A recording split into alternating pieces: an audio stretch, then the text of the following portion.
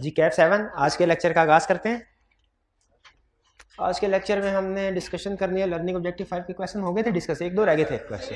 हाँ जी, दो क्वेश्चन, एक लालाजार वाला अहम क्वेश्चन है वो और एक और, ठीक है। फिर नेक्स्ट हम लर्निंग ऑब्जेक्टिव स्टडी करेंगे। लर्निंग ऑब्जेक्टिव 4 में एक छोटा सा हिस्सा था अपॉइंटमेंट ऑफ नॉमिनी डायरेक्टर, ये सेक्शन लर्निंग ऑब्जेक्टिव 4 में रह गया था, ठीक है। हाँ जी, ये उससे हाँ बिल्कुल उससे पहले, लेकिन ऑफिशियली एक दफ़ा गो थ्रू कर लेते हैं ताकि ये कंप्लीट हो जाए। नॉमिनी डायरेक्टर मुझे याद है एक तो हमने क्लास में डिस्कस किया हुआ था, लेकिन फिर भी एक दफ़ा इस लर्निंग ऑब्जेक्टिव के साथ इसको पढ़ लेते हैं, रिवीजन हो जाएगी। और फिर नेक्स्ट आज का जो अहम कंसेप्ट है वो है duties and powers of directors, learning objective 6 duties and power of directors. लेकिन सबसे पहले चलते हैं हम क्वेश्चन की तरफ। जी लालाजार लिमिटेड स्टडी करें, पास पेपर का क्वेश्चन है, अच्छा क्वेश्चन है, ये कॉम्प्रिहेंसिव स्टाइल में बनाया उसने। कह रहा है Lalazar limited a public unlisted company has a paid up capital of ₹100 million consisting of shares having face value of ₹10 each, यानी शेयर कैपिटल है 100 मिलियन, फेस वैल्यू 10 है, नंबर ऑफ शेयर्स कितने हुए 10 million shares. Last election of its board of directors was held on April 15, 2008। Previous election जो board का हुआ था वो कब हुआ था? अप्रैल 15, 2008। तो अगला इलेक्शन किस ईयर में होना भला? 2011 को, 3 साल बाद। अच्छा 2018 में जो इलेक्शन उसमें क्या हुआ? In which 8 directors were elected, 4 of the directors belong to the same family, the remaining directors were mister Javed, mister Badar, mister Qasim and mister Dawood. ये 4 थे। They secured 600,000, 350,000, 480,000 and 220,000 votes respectively. Remaining votes were equally distributed among the 4 directors of the family. अच्छा यहाँ पे अब question का हिस्सा नहीं है, लेकिन मैं आपसे पूछ रहा हूँ, क्वेश्चन का हिस्सा नहीं है। उसने कहा रिमेनिंग वोट्स इक्वली डिस्ट्रीब्यूट हुए थे, ठीक है। अब मुझे बताइए रिमेनिंग वोट्स कितने थे, करके कैलकुलेशन करके बताएं, रिमेनिंग वोट्स कितने थे?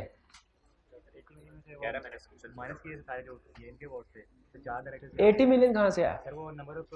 हाँ, number of shares 10 million multiply by number of directors to be appointed 8, तो वोट्स कितने आ गए 80 मिलियन। 80 मिलियन में से ये सारे माइनस कर दें तो बाकी कितना आया 78.3। ये इक्वली डिस्ट्रीब्यूट हुए, इसका तो हर एक डायरेक्टर को कितने वोट मिले होंगे? 78.3 मिलियन डिवाइडेड बाय 4, जो रिमेनिंग डायरेक्टर्स हैं 19 पॉइंट समथिंग मिलियन। तो इसका मतलब है वो वोट्स इन वोट से कहीं ज्यादा है, इनके वोट कम है, उन 4 डायरेक्टर्स के वोट्स ज्यादा है। आगे चलते हैं। Mister Javed died on May 30, 2008। 30 मई को मिस्टर जावेद की डेथ हो गई, एक डायरेक्टर था। And mister Aslam was appointed as a director on June 15, 2008। और जून 15 को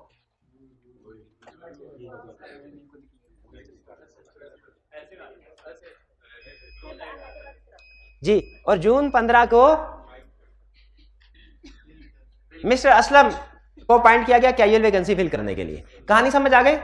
8 डायरेक्टर, 4 के वोट दिए, उनमें से एक की डेथ हो गई, कैजुअल वैकेंसी को फिल कर दिया। ये मिस्टर असलम को किसने अपॉइंट किया होगा? डायरेक्ट, क्योंकि कैजुअल वैकेंसी डायरेक्टर ही फिल करते हैं ना। शाबाश। Explain the following in the light of provisions of companies act 2017। A, is Lalajar limited in compliance with requirements of minimum number of directors? कैसे? Minimum number of directors, unlisted company है, कितने चाहिए होते हैं? 3, इनके कितने हैं? 8 है, ठीक है। मिनिमम नंबर ऑफ डायरेक्टर्स, तो इसका मतलब है कंप्लाई हो रही requirement. Next, who shall fix the number of directors to be elected? Existing director shall decide number of directors to be elected in next election of directors. And by what time such number should be fixed? 35 days before AGM। Is it possible for the company to change the number of director once fixed? Number of director एक दफा fix हो जाए, क्या change किए जा सकते हैं? कैसे? Prior approval of AGM in the meeting in which election is to be held. B part. Who is responsible to fill the casual vacancy in the board? Director. And when would Mr. Aslam's term of office be completed? Mister Aslam के tenure कब complete होगा? Mister tenure complete होगा on expiry of term for which original director was appointed. क्योंकि जो casual vacancy fill होती है ना, इसका पीरियड जिस डायरेक्टर की जगह पे ये अपॉइंट हुआ है उसका रिमेनिंग पीरियड होता है। तो इसका मतलब है इसका भी कितना, तकरीबन 3.25 साल के करीब होगा, ऐसे है ना। तो 3 महीने के लगभग के बाद उसकी डेथ हो गई थी। The conditions required to be fulfilled if a person desire to remove the following directors, mister Aslam और मिस्टर बदर। अगर कोई पर्सन मिस्टर असलम को रिमूव करना चाहता है, क्या करना, बाइंडिंग डायरेक्टर है, फार्मूला लगेगा, क्या फार्मूला था? अगर मिस्टर असलम, हम लिखेंगे कि mister Aslam can be removed by passing A resolution in general meeting, लेकिन फिर साथ में अगली बात ये भी लिखेंगे कि mister Aslam will not be removed if he gets vote which equal or exceed to following formula। Formula क्या है? लास्ट डायरेक्टर वाली बात यहाँ पे नहीं आएगी, फार्मूला आएगा। फार्मूला क्या है? Number of shares of company multiplied by directors appointed divided by number of directors for the timing. तो एजीएम में तो 8 पॉइंट हुए थे, फॉर द टाइमिंग 7 है, एक की डेथ होगी भाई। हाँ, तो कैजुअल वैकेंसी भी तो फिल हो गई। 8 डिवाइडेड बाय 8, कितने वोट्स चाहिए मिस्टर असलम को अपनी पोजीशन सिक्योर करने के लिए? 3.5 मिलियन। सारी बातें छोड़ो, 3.5 मिलियन कैसे आया ये बता दो। फार्मूला क्या था रिमूव करने के लिए? कैजुअल वैकेंसी वाले डायरेक्टर को रिमूव करने का फार्मूला क्या है? नंबर ऑफ शेयर्स कितने कंपनी के number of shares? 10 million multiplied by directors appointed 8 divided by directors for the timing. तो 10 मिलियन वोट्स आए, इसको 10 मिलियन वोट्स चाहिए अपनी सीट बचाने के लिए। और बदर को अपनी सीट बचाने के लिए कितने वोट्स चाहिए? जो लीस्ट डायरेक्टर के पास वोट्स थे 220,000 चाहिए। इसका मतलब बदर के लिए अपनी पोजीशन बचाना आसान है, असलम के लिए अपनी पोजीशन बचाना मुश्किल है। क्लियर? कुछ समझ आया क्वेश्चन? जी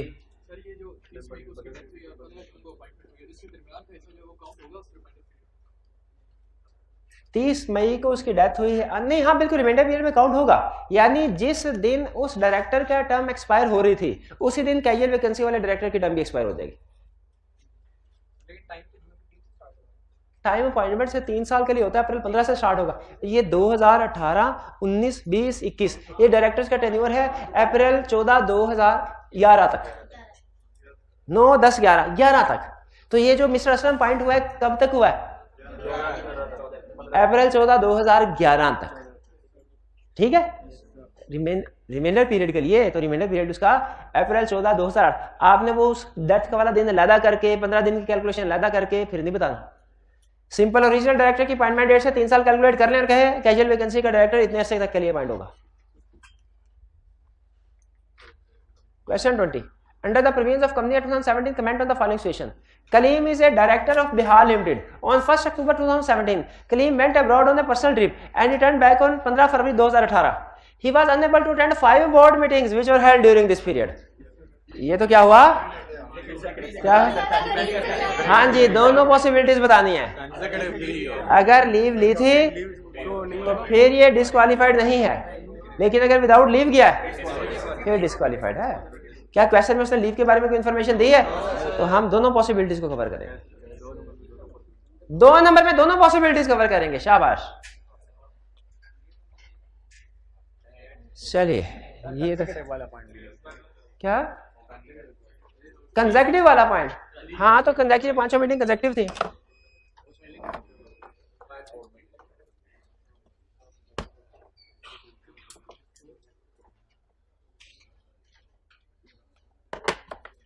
जी, अब चलते हैं हम अपने कंसेप्ट की तरफ जो कल डिस्कस नहीं हुआ था।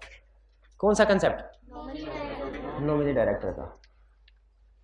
नॉमिनी डायरेक्टर कहते किसको है?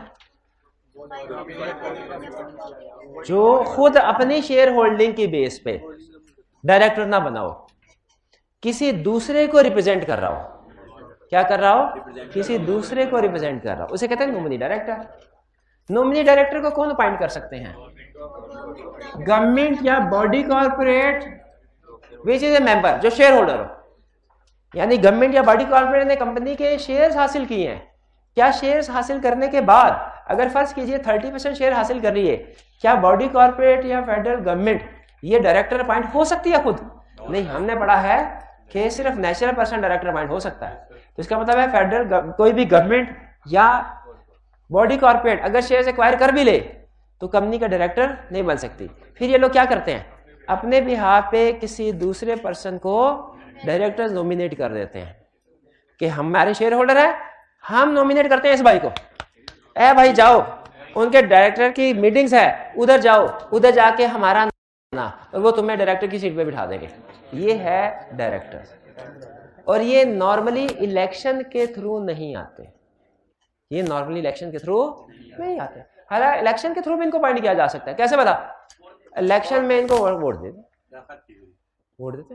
लेकिन सम टाइम जैसे कुछ क्रेडिटर, बैंक ने अगर लोन दिया हुआ है तो क्रेडिटर के पास तो वोटिंग राइट्स नहीं होते, क्रेडिटर के पास तो वोटिंग, लेकिन बैंक ने ये शर्त रखी है थ्रू कॉन्ट्रैक्ट कि मैं लोन तब दूंगा जब हमारा एक बंदा आप डायरेक्टर बनाएंगे ताकि हमारे इंटरेस्ट को वॉच करे। तो अब भी इस पर्सन को नॉमिनी डायरेक्टर कहते हैं। लेकिन अब ये वाला नॉमिनी डायरेक्टर इलेक्शन के थ्रू नहीं आया, सिलेक्शन के थ्रू आया है। और इसकी सिलेक्शन किसने की है? जिसने पैसा लगाया। बॉडी कॉर्पोरेट नहीं, क्रेडिटर बैंक। ठीक है। तो ये जो नॉमिनी डायरेक्टर होता है ये हो सकता है बाय गवर्नमेंट या बॉडी कॉर्पोरेट, और दूसरा ये हो सकता है बाय क्रेडिटर। बाय क्रेडिटर जो नॉमिनेट किया जाता है डायरेक्टर, ये किस वजह से किया जाता है? Because of contractual agreement. कोई क्रेडिटर का एग्रीमेंट हुआ होगा, कॉन्ट्रैक्ट हुआ होगा। और जो बॉडी कॉर्पोरेट या गवर्नमेंट डायरेक्टर नॉमिनेटर, ये किस वजह से करती है? इनके पास क्या पावर्स होती हैं? इन्होंने इन्वेस्टमेंट की होती है, यानी कंपनी के शेयर्स खरीदे होते हैं। हाँ जी। और इन डायरेक्टर्स को कहते हैं deem to have been elected directors. Deem to have been elected directors, क्योंकि ये एक तरह से असल में होता पता क्या है, अगर एक गवर्नमेंट ने के पास 30% शेयर्स हैं, गवर्नमेंट ने कंपनी को कहा कि हमारा ये बंदा है, इसको डायरेक्टर अपॉइंट कर दे। कंपनी कहती है अच्छा ठीक है, हम इलेक्शन के बगैर ही कर देंगे, क्योंकि इलेक्शन भी करेंगे तो फॉर्मेलिटी, आप सारे के सारे वोट्स इसी को देंगे, तो ये आपका बंदा तो पक्का डायरेक्टर है ही है।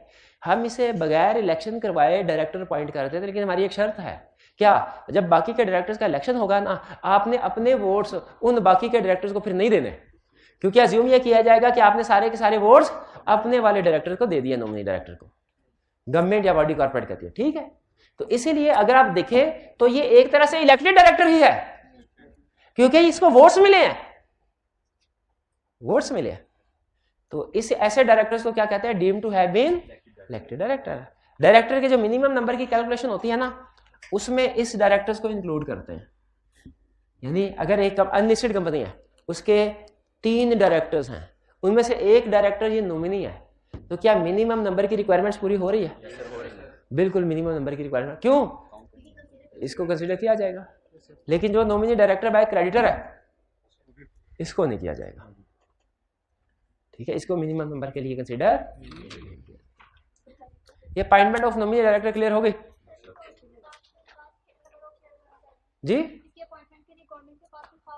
इसकी अपॉइंटमेंट लिए गवर्नमेंट के पास क्या कोई खास नंबर ऑफ शेयर्स होने चाहिए? यस, कम अज कम उतने शेयर्स होने चाहिए जितने फ्रेश इलेक्शन वाले केस में जरूरी थे। 100 divided by number of directors. जैसे अगर 8 डायरेक्टर्स हैं एक कंपनी के, तो उसका डायरेक्टर बनने के लिए आपके पास कितने शेयर्स होने चाहिए? 100 डिवाइडेड बाय 8 कैलकुलेट करके 12.5। तो उतने शेयर्स अगर कंपनी के पास आ जाते हैं, 8 डायरेक्टर्स अगर टोटल कंपनी के है, उतने शेयर गवर्नमेंट के पास आ जाते हैं, गवर्नमेंट अपने डायरेक्टर्स को नॉमिनेट कर सकती है। क्लियर? ये नॉमिनी डायरेक्टर क्लियर हो गया। अब आते हैं ना, इसको निकालेगा कौन? जो लाया है। इन डायरेक्टर्स को निकालेगा कौन? जो लाया। कौन लाया? बॉडी कॉर्पोरेट या गवर्नमेंट या क्रेडिटर, यही डिसाइड करेंगे। एक लाइन लिखी होगी, these direct till the player of nominating body. इसका मतलब क्या है? जब तक नॉमिनेटेड बॉडी चाहेगी, ये लोग डायरेक्टर बन के रहेंगे, और जब वो इनकी जगह किसी दूसरे बंदे को डायरेक्टर नॉमिनेट करना चाहे तो कर सकते हैं।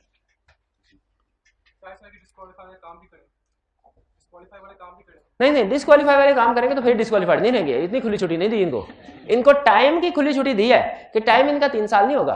बाकी अगर ये कोई भी ऐसा काम करते हैं जो डिस्क्वालीफाई कर देता है किसी डायरेक्टर को, तो ये भी डिस्क्वालीफाइड है, ये भी डिस्क्वालीफाइड।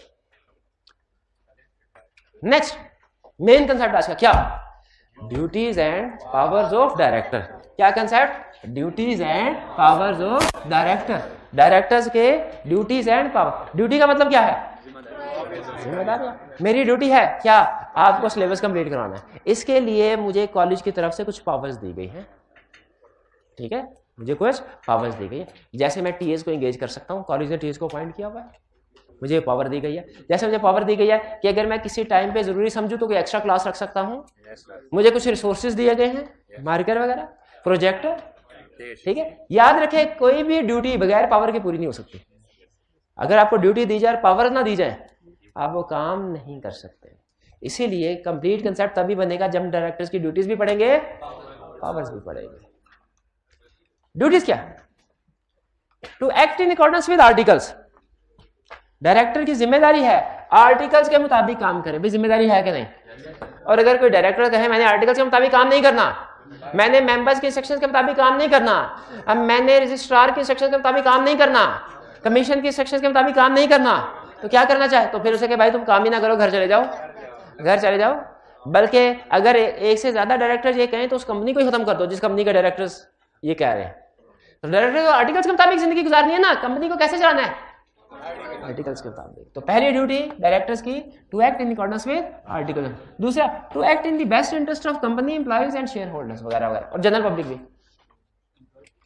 एम्प्लॉइज के भी बेस्ट इंटरेस्ट में काम करना चाहिए। ये तो नहीं कि एम्प्लॉय को जो है वो डबल शिफ्ट में काम करवा ले, सैलरी थोड़ी सी दे। अगर एम्प्लॉइज को ओवर टाइम करवाया जाए उसे पैसे मिलने चाहिए कि नहीं? ये है to act in the best interest of employees. और अगर सिर्फ मेंबर्स के बेस्ट इंटरेस्ट में काम किया जाए, मतलब एम्प्लॉय से धड़ाधड़ ओवर टाइम करवाया जाए, उन्हें पैसे कोई ना दिए जाए, क्या ये अच्छे डायरेक्टर्स हैं? अच्छा डायरेक्टर वो होता है जो सबके बेस्ट इंटरेस्ट में काम करता है। Third, perform duties with reasonable care and due diligence. Due diligence का मतलब क्या है? कि रीजनेबल केयर का मतलब है बड़ी एहतियात के साथ अपनी ड्यूटीज, और ड्यू डिलीजेंस का मतलब दानिशमंदी के साथ, अकलमंदी के साथ अपनी ड्यूटीज को पूरा करें। Disclose his interest if any, ये अहम कंसेप्ट है। हमने पढ़ा था लैक फिड्यूशियरी बिहेवियर। इसका मतलब अगर कंपनी के साथ ट्रांजैक्शन की जाए और ट्रांजैक्शन कंपनी की फेवर, जो डायरेक्टर की फेवर में हो, कंपनी के खिलाफ हो, तो इससे क्या होगा? फिड्यूशियरी बिहेवियर लैक हो जाएगा। इसीलिए हर डायरेक्टर की जिम्मेदारी लगाई गई है कि वो कोई भी ट्रांजैक्शन अगर कंपनी के साथ करे, हर डायरेक्टर की क्या जिम्मेदारी लगाई है? कोई भी ट्रांजैक्शन कंपनी के साथ करे तो वो डिस्क्लोज करे इसको कि ये ट्रांजैक्शन कंपनी के साथ वो कर रहा है, उस ट्रांजैक्शन को डिस्क्लोज करना जरूरी है। ठीक है, तो नेक्स्ट ड्यूटी यही है, और ये ड्यूटी हमारे एक चैप्टर का मेन पार्ट बनेगी। डिस्क्लोज हिज इंटरेस्ट, कि डायरेक्टर्स कोई ट्रांजैक्शन कर रहा होगा, वो आपसे पूछेगा बताओ इसको डिस्क्लोज करना चाहिए कि नहीं करना चाहिए, तो हम अक्सर किस्से में क्या कहेंगे? बल्कि तकरीबन सारे किस्से में कहेंगे कि डायरेक्टर्स को अपना इंटरेस्ट डिस्क्लोज, कंपनी में जो उसका इंटरेस्ट है, कंपनी के साथ ट्रांजैक्शन में जो डायरेक्टर का इंटरेस्ट है, डायरेक्टर को क्या करना चाहिए? डिस्क्लोज करने का मतलब क्या है? दूसरे डायरेक्टर्स को बताए, ए दूसरे डायरेक्टर, ये जो लैंड की सेल परचेज हो रही है इसमें मेरा भी इंटरेस्ट शामिल है, ये असल में मेरे भाई के साथ हो रही है, ये असल में मेरी वाइफ के साथ हो रही है, और ये जो एग्रीमेंट है इनमें मेरा भी हिस्सा है। ये बताए, डिस्क्लोज करे अपना इंटरेस्ट, ताकि दूसरे डायरेक्टर जब इस कॉन्ट्रैक्ट को प्रूव करने लगे तो ये ध्यान में रख ले इसमें हमारे एक डायरेक्टर का इंटरेस्ट है, कहीं ऐसा तो नहीं कि डायरेक्टर पैसे बनाने के लिए गलत रेट्स जो है हमें दे रहा है। डिस्क्लोज। कमीशन में provide framework, director will ensure compliance. Commission अगर चाहे तो डायरेक्टर्स के roles and responsibilities and duties के हवाले से एक फ्रेमवर्क बना सकता है। अगर कमीशन ऐसा कोई फ्रेमवर्क बनाता है जो एक्सप्लेन करे, गाइड करे कि डायरेक्टर्स की ड्यूटीज एंड रिस्पॉन्सिबिलिटीज क्या होंगी, पावर्स क्या होंगी, अगर कमीशन ऐसा कोई फ्रेमवर्क बनाता है, ऐसा कोई रेगुलेटरी रिक्वायरमेंट्स इंट्रोड्यूस करवाता है, तो फिर ये रिस्पॉन्सिबिलिटीज होगी डायरेक्टर्स की कि उस फ्रेमवर्क को कंप्लाई करें।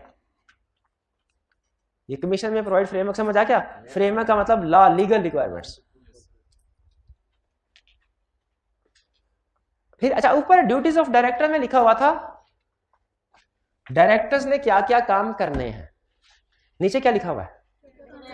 क्या क्या काम नहीं करना है। जरा गौर से सुने, क्या काम नहीं करना है डायरेक्टर्स ने? नहीं करना, क्या नहीं करना? Obtain undue gain for himself, अपने या अपने रिश्तेदारों के फायदे के लिए कोई अनड्यू गेन हासिल ऐसा नहीं कि कंपनी का नुकसान हो जाए, रिश्तेदारों का फायदा हो जाए। एक बेकार चीज कंपनी को महंगे दामों बेच दी, अनड्यू गेन हासिल किया ना। डायरेक्टर ने ये काम नहीं करना, क्योंकि बेसिकली जो ट्रांजैक्शंस होते हैं वो डायरेक्टर प्रूव कर रहे होते हैं। Next, director shall not be involved in conflict of interest.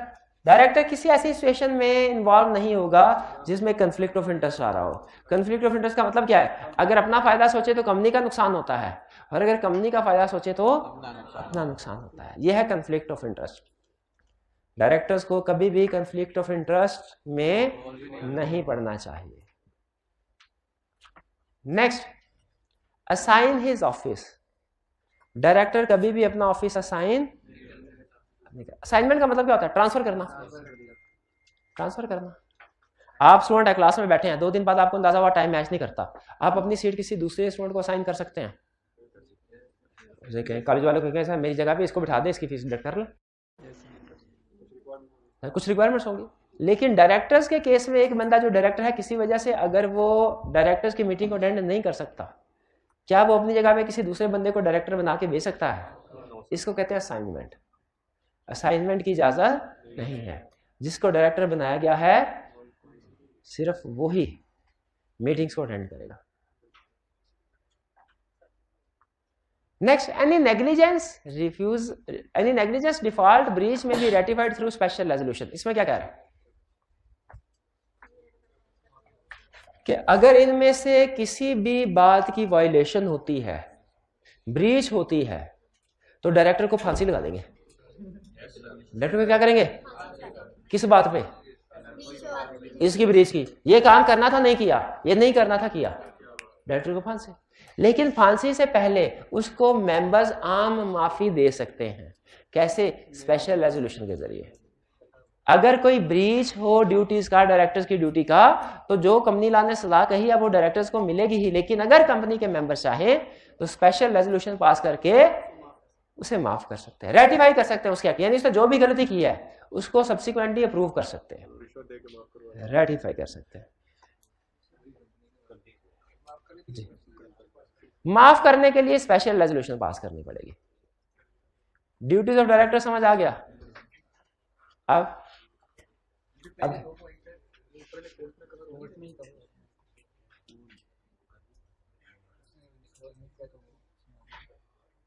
हाँ जी, आप ये कह रहे हैं कि जी ये पॉइंट ऊपर कवर हो रहा है, हाँ तो ठीक है। ये उसी तरह जिस तरह हमने क्वालिफिकेशन में पढ़ा था, director must be A member और एक नॉन मेंबर डायरेक्टर नहीं बन सकता, एक ही बात है। Powers of directors. डायरेक्टर्स की पावर्स को 2 तरह से क्लासिफाई किया गया है। एक वो पावर्स जो डायरेक्टर खुद से एक्सरसाइज कर सकते हैं, उसके लिए शेयर होल्डर्स की जनरल मीटिंग की अप्रूवल की जरूरत नहीं है। और दूसरी वो पावर्स जो के जिसके लिए शेयर होल्डर्स या मेंबर्स की अप्रूवल की जरूरत है। डायरेक्टर्स की पावर को कितनी तरह से क्लासिफाई किया गया है? कौन कौन से?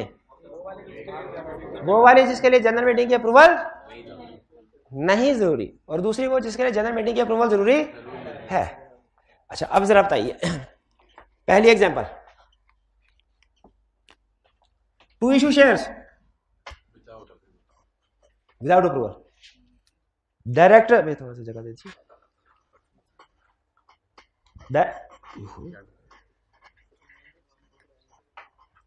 डायरेक्टर्स शेयर इशू कर सकते हैं, मेंबर से पूछे बगैर कर सकते हैं। पैसे इकट्ठे करेंगे लाखों करोड़ों अरबों रुपए, मेंबर से पूछे बगैर कर सकते हैं, यस कर सकते हैं।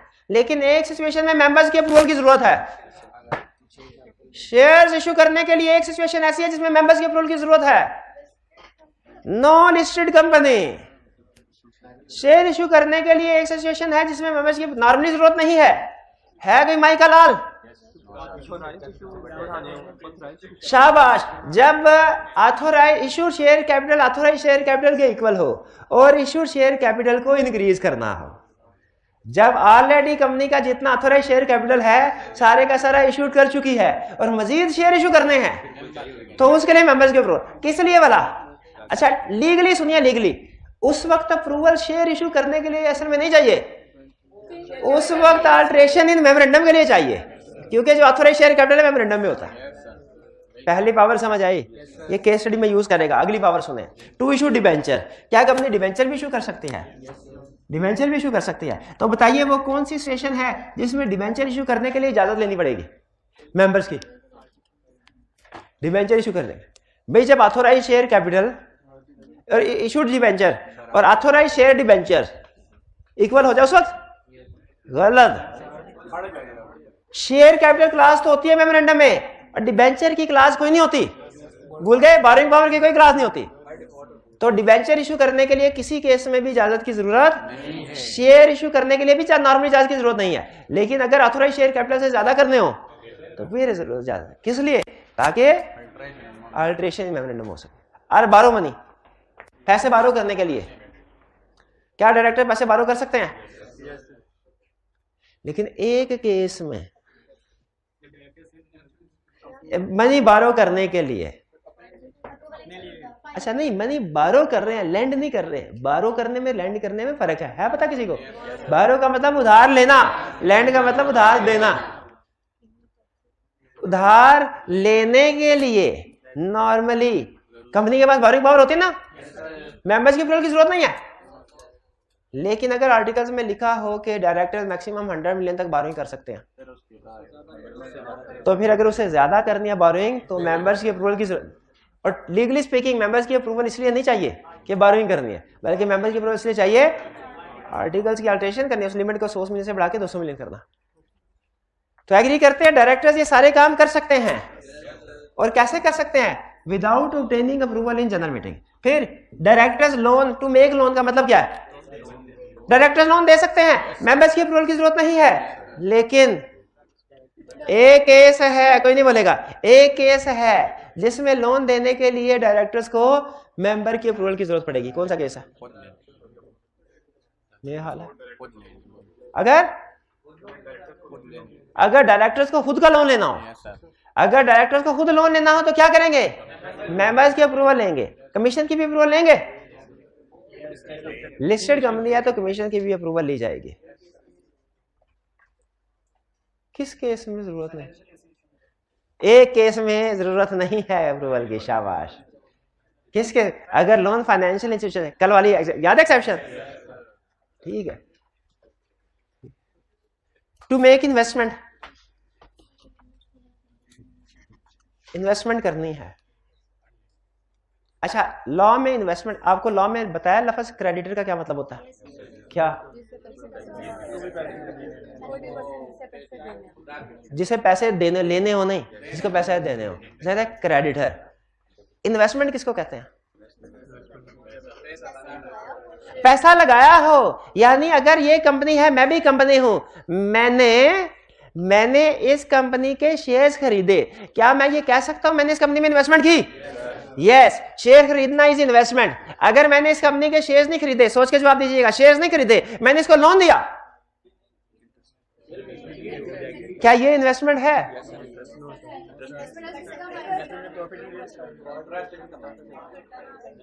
लॉ कहता है investment includes investment in equity and loan. यानी अगर आपने किसी दूसरी कंपनी के शेयर्स खरीदे तो भी ये इन्वेस्टमेंट किया आपने, और अगर शेयर्स नहीं खरीदे उसको लोन दिया तो भी इन्वेस्टमेंट है। तो डायरेक्टर्स किसी दूसरी कंपनी में इन्वेस्टमेंट कर सकते हैं, इन्हें शेयर होल्डर्स की अप्रूवल की जरूरत नहीं है। लेकिन एक केस है जिसमें शेयर होल्डर्स की अप्रूवल की जरूरत है। वो कौन सा केस है भला? जब इन्वेस्टमेंट करनी हो एसोसिएटेड कंपनी में, जब इन्वेस्टमेंट करनी हो एसोसिएटेड कंपनी में, तो मेंबर्स की अप्रूवल की जरूरत है। वरना बाकी की जितनी भी कंपनी से इन्वेस्टमेंट करनी हो तो मेंबर्स की अप्रूवल की जरूरत नहीं है। सब्सिडरी कंपनी में भी जरूरत होगी। क्या सब्सिडरी कंपनी एसोसिएटेड है? अच्छा, आपको पता है एसोसिएटेड कंपनी होती क्या है?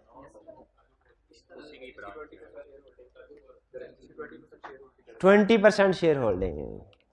ये हम पढ़ेंगे बेफिक्र, सिर्फ इतना ध्यान में रखें, associated includes holding subsidiary and other companies. Associated company includes holding. तो होल्डिंग कंपनी में अगर सब्सिडरी कंपनी में इन्वेस्टमेंट करनी है डायरेक्टर्स ने, क्या कर सकते हैं? कर सकते हैं, लेकिन मेंबर्स की अप्रूवल लेनी पड़ेगी। ठीक है, और बाकी की कंपनीज में मेंबर की अप्रूवल नहीं है। To approve quarterly financial statements and annual financial statements, पता नहीं क्यों हाफ ईयरली क्यों नहीं लिखा हुआ, हाफ ईयरली भी होती है, हाफ ईयरली भी लिख लें। ओह, हाफ ईयरली भी होना चाहिए मेरे ख्याल, हाफ ईयरली भी होना चाहिए। आपको पता है क्वार्टरली फाइनेंशियल, असल में ना क्वार्टरली का लफ्ज में ही उसने हाफ ईयरली इंक्लूड कर लिया, हाफ ईयरली को भी क्वार्टरली कहते हैं। ओह यस, क्वार्टरली कितने महीनों को कहते हैं? 3 महीने 4 क्वार्टर। 3 महीने। 1 जनवरी को साल शुरू हुआ, 31 मार्च, 1 जनवरी से 31 मार्च कौन सा क्वार्टर है? और 1 अप्रैल से 30 जून सेकंड क्वार्टर। सेकंड क्वार्टर 6 महीनों का हो गया कि नहीं हो गया? तो ये half yearly, second quarter is equal to half yearly financial statement, इसलिए नहीं लिखा हुआ। हाँ, फोर्थ क्वार्टर नहीं, उससे पूरा एनुअल कहते हैं, उसे पूरा एनुअल कहते हैं। असल में लॉ में लिखा हुआ है, नहीं आप वो अकाउंट्स वाला चैप्टर, फाइनेंशियल वाला चैप्टर देख लें, उसमें लिखा हुआ है कि सेकंड क्या लिखा हुआ है?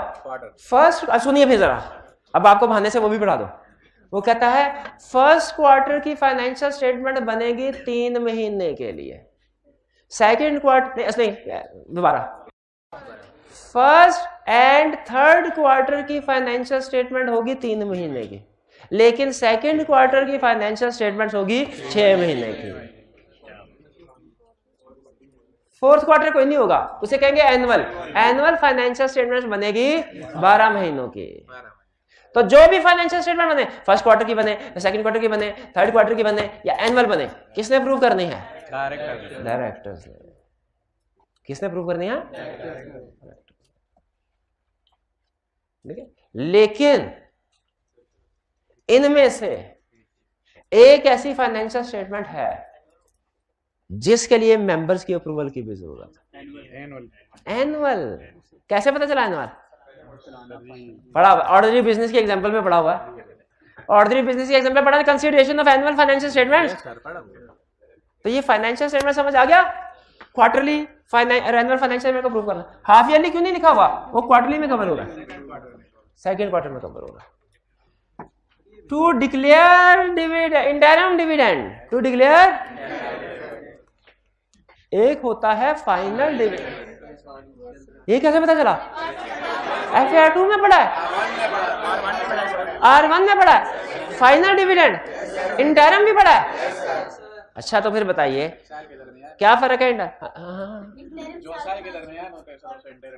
जो साल के दौरान में पे किया जाता है इंटरिम डिविडेंड है, और जो साल के पुराने के बाद हुआ, बिल्कुल ठीक है। अच्छा, डायरेक्टर यहाँ पे डिविडेंड कौन सा डिक्लेयर कर रहा है? इसका मतलब है साल के दौरान में हैवी प्रॉफिट हुआ है, डायरेक्टर ने कहा डिविडेंड देना है, तो डायरेक्टर्स खुद से अप्रूव कर सकते हैं डिविडेंड। लेकिन गौर से देखें, डायरेक्टर्स इंटरिम डिविडेंड अप्रूव करेंगे, फाइनल करेंगे कि दोनों? फाइनल डिविडेंड कौन करेगा? अकाउंटिंग में ये तो आपने पढ़ा है, एक होता है इंटरिम डिविडेंड, एक होता है फाइनल डिविडेंड। ये नहीं पढ़ा होगा इंटरिम डिविडेंड किसने अप्रूव करना है, फाइनल किसने अप्रूव करना है। ये कौन पढ़ाएगा? भाई आपको पढ़ाएगा।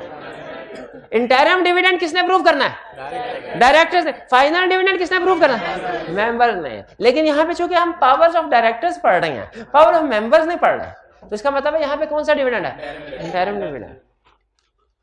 Clear? To approve bonus for employees, ईद आगे एम्प्लॉइज को बोनस देना है, बड़ी ईद पे बोनस, छोटे कौन अप्रूव करेगा? डायरेक्टर्स करेंगे। To incur capital expenditure on fix assets, capital expenditure नहीं काउंटिंग में पड़ा, डिविडेंड पड़ा है तो कैपिटल एक्सपेंडिचर, रेवेन्यू कैपिटल नहीं पड़ा।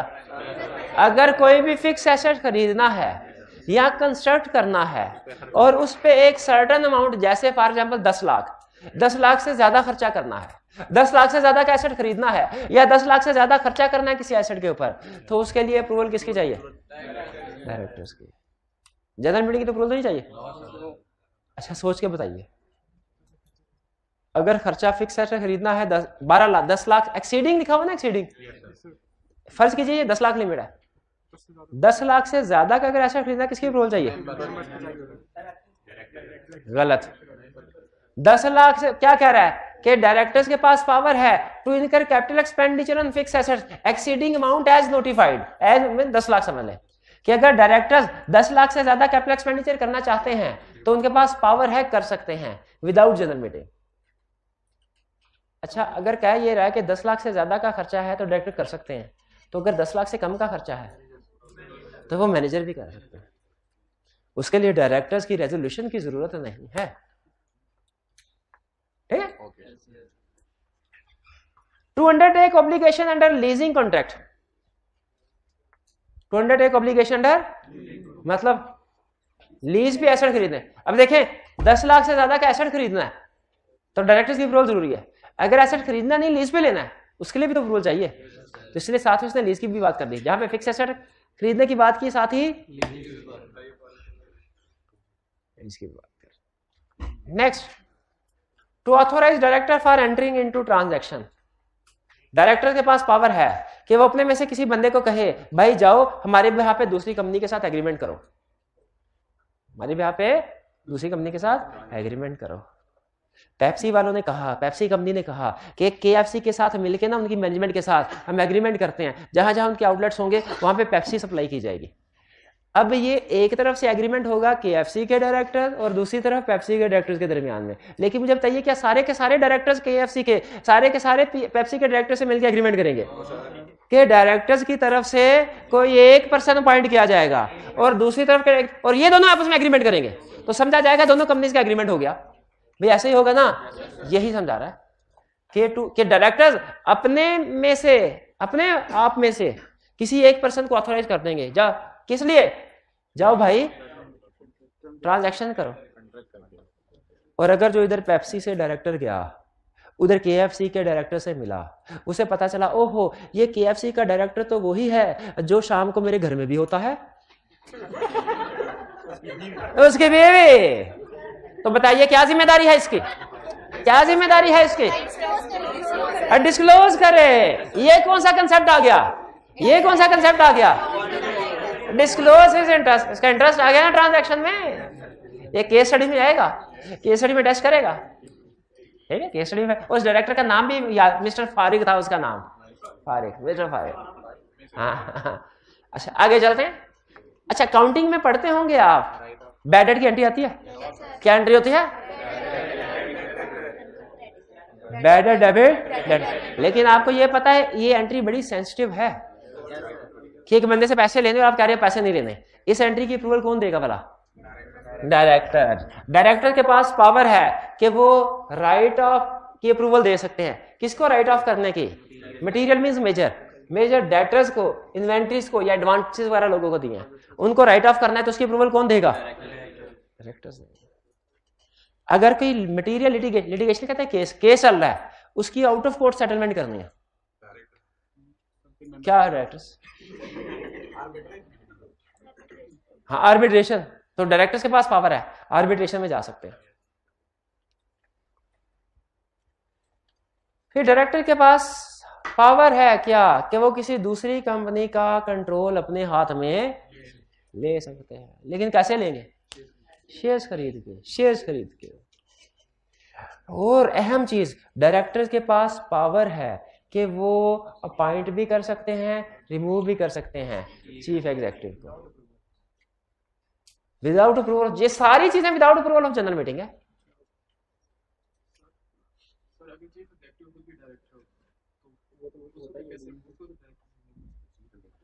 इन्होंने एक इशू उठाया है, इन्होंने कहा सर चीफ एग्जीक्यूटिव अगर खुद भी डायरेक्टर है फिर तो उसे कोई डायरेक्टर रिमूव नहीं कर सकता, दूसरे डायरेक्टर्स मिलके उसको एज चीफ एग्जीक्यूटिव रिमूव कर सकते हैं, एज डायरेक्टर नहीं। यानी रिमूव हो जाएगा लेकिन रिमूव होने के बाद वो चीफ एग्जीक्यूटिव नहीं रहेगा, डायरेक्टर तो रहेगा। एक एमएनए भी है, प्राइम मिनिस्टर भी है।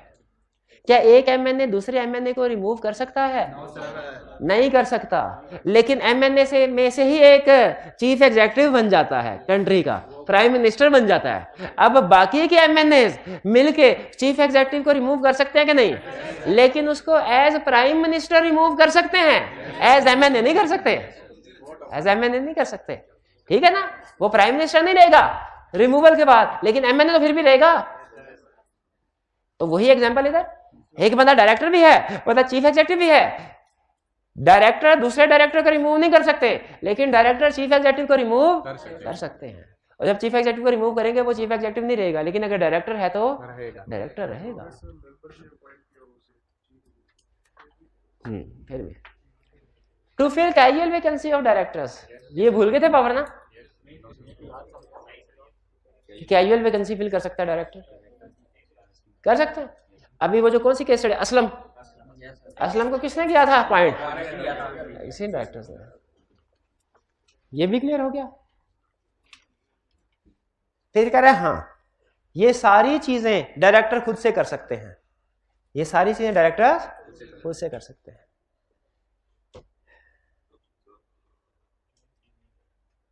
ये समझ आ गई। और ये कैसे कर सकते हैं, विदाउट अप्रूवल ऑफ मेंबर्स। अब कुछ पावर्स हैं जो मेंबर्स की अप्रूवल के बगैर कर सकते हैं, ये पावर्स पढ़ लें। और कुछ पावर्स हैं जिसके लिए जनरल मीटिंग की अप्रूवल की जरूरत है। After obtaining approval in general meeting. अच्छा वैसे अगर मुझसे लिस्ट बनाते ना, मैं सबसे पहले पता क्या लिखता, ऑल्ट्रेशन इन मेमोरेंडम, मेंबर्स के director board directors nominate start करते हैं ना, प्रूव करते हैं, लेकिन मेंबर्स के प्रूव करते हैं तो फिर अल्टरेशन होती है, वरना नहीं होती। लेकिन बहरहाल उसने जो लिखी है हम वही पढ़ देते हैं। कहता है अगर सब्सिडरी कंपनी को सेल करना हो या डिस्पोज करना हो तो क्या करेंगे। अच्छा वैसे ये है जी बात, किसी को सब्सिडरी बनाना हो ना तो अप्रूवल नहीं है, कंट्रोलिंग इंटरेस्ट वाली बात है, किधर लिखा हुआ ये, टू टेक ओवर और एक्वायरिंग कंट्रोलिंग चेक इन। किसी को सब्सिडरी बनाना है, कंट्रोल हासिल करना है, इसके लिए डायरेक्टर्स की अप्रूवल की, मेंबर्स की अप्रूवल की जरूरत नहीं है। लेकिन अगर किसी को डिस्पोज करना है, सब्सिडरी को निकालना है, उसके लिए मेंबर्स की अप्रूवल की जरूरत है। ठीक है, ठीक है ना। फिर दूसरी बात भी अजीब, अगर किसी इंडिविजुअल एसेट को बेचना हो या लीज पे एसेट लेने हो, नहीं इंडिविजुअल एसेट्स को बेचना हो, उसके लिए डायरेक्टर्स की अप्रूवल की जरूरत नहीं है। कहां, यहां पे लिखा हुआ डिस्पोज वाला नहीं, डिस्पोजल का भी लिखा होगा, और डिस्पोज ऑफ भी है, टू इनकर कैपिटल एक्सपेंडिचर के साथ डिस्पोज ऑफ भी है। डायरेक्टर्स के पास पावर है कि वो अगर एक सर्टेन स्पेसिफाइड लिमिट से ज्यादा के फिक्स एसेट खरीदना चाहे वो खरीद भी सकते हैं, डिस्पोज करना चाहे डिस्पोज भी कर सकते हैं। इंडिविजुअल एसेट खरीद भी सकते हैं, डिस्पोज भी कर सकते हैं। लेकिन अगर पूरी की पूरी अंडरटेकिंग कहते हैं ग्रुप ऑफ एसेट्स को, अगर पूरी की पूरी अंडरटेकिंग को डिस्पोज करना हो या उसके साइजेबल पार्ट का मतलब 25% या ज्यादा, तो उस सूरत में क्या करना पड़ेगा, जैसे फर्ज कीजिए एक चीफ एग्जीक्यूटिव है, उसके अंडर 10 कॉलेजेस हैं, एक कॉलेज के एसी को बेच, डायरेक्टर चीफ एग्जीक्यूटिव नहीं, डायरेक्टर्स हैं, एक कॉलेज के कुछ एसी, 2 एसीज हैं, एक एसी है, उसको बेचना है। डायरेक्टर बेच सकते हैं, जनरल मीटिंग के अप्रूवल रिक्वायर्ड तो नहीं है, नहीं रिक्वायर्ड। और अगर एक कैंपस के सारे एसेट्स को बेचना है, जो कि टोटल एसेट, वो कैंपस बड़ा है, टोटल एसेट्स का 30% बनते हैं, तो फिर उसके लिए अप्रूवल की जरूरत, किसकी अप्रूवल की जरूरत है, जनरल मेंबर्स की। इस पॉइंट में इस पॉइंट में फर्क समझाना चाह रहा हूं, लिंक करवाना चाह रहा हूं। ये है इंडिविजुअल एसेट को खरीदना या बेचना, और ये क्या है, अंडरटेकिंग। अंडरटेकिंग से मुराद होता है ग्रुप ऑफ एसेट्स, पूरी ब्रांच फॉर एग्जांपल, ठीक है। और फिर टू रिमिट और give extension for repayment of debt, आगे लिखा हुआ फॉर स्पेसिफिक पर्सन, ये लिखा हुआ देखिए specific person, against specified person. अगर स्पेसिफाइड पर्सन ना हो, रिमिट का मतलब पता क्या है, माफ करना या एक्सटेंशन। अगर इसमें स्पेसिफाइड पर्सन ना हो, जो लिखा हुआ है ना, अगर इसमें स्पेसिफाइड पर्सन ना लिखा हो तो बताइए ये उधर में से कौन सी पावर बन जाएगी?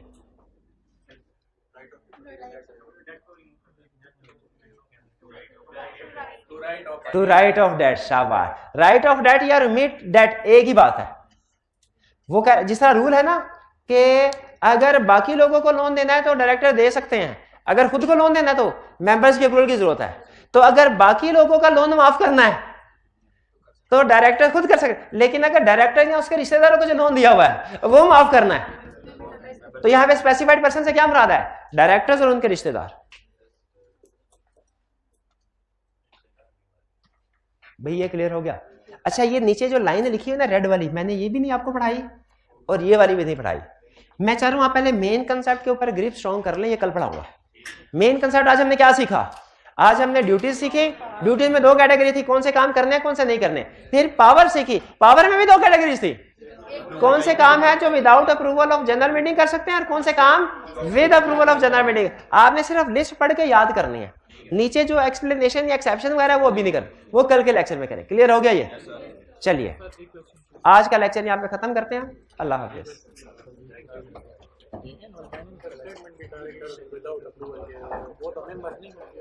एजीएम में करेंगे मेंबर्स अप्रूवल, पहले डायरेक्टर अप्रूव करते हैं। अप्रूवल एंड ऑथेंटिकेशन का कंसेप्ट है। विदाउट अप्रूवल सर जो फर्स्ट पॉइंट है बारो मनी, इसके एक्सेप्शन सर आपने क्या बताइए किस सूरत में उसको अप्रूवल लेना पड़ेगा?